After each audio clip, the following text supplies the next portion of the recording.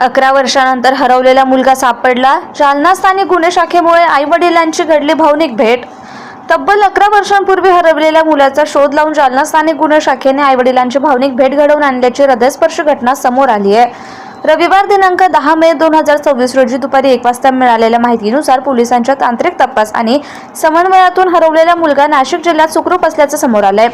जालना जिल्ह्यातील पिंपळगाव कड तालुका जाफराबाद येथील समाधान तेजराव कड हे सन 2015 मध्ये आपल्या कुटुंबासह आशेगाव चौक तालुका गंगापूर जिल्हा छत्रपती संभाजीनगर येथे कामानिमित्त वास्तव्यास गेले होते. दरम्यान 10 जानेवारी 2015 रोजी त्यांचा मुलगा सोमीनाथ समाधान कड हा दौलताबाद पोलीस ठाण्याच्या हद्दीतून अचानक बेपत्ता झाला होता. त्या प्रकरणी दौलताबाद पोलीस ठाण्यात हरवल्याची नोंद करण्यात आली होती. मात्र गेली 11 वर्ष मुलाचा कोणताही ठावठिकाणा लागला नव्हता.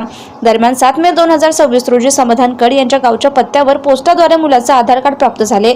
यावर मुलगा जिवंत आणि सुखरूप असल्याची आशा निर्माण झाल्याने समाधान कड यांनी पोलीस अधीक्षक तेगबीर सिंह संधू यांची भेट घेऊन मुलाचा शोध घेण्याची विनंती केली.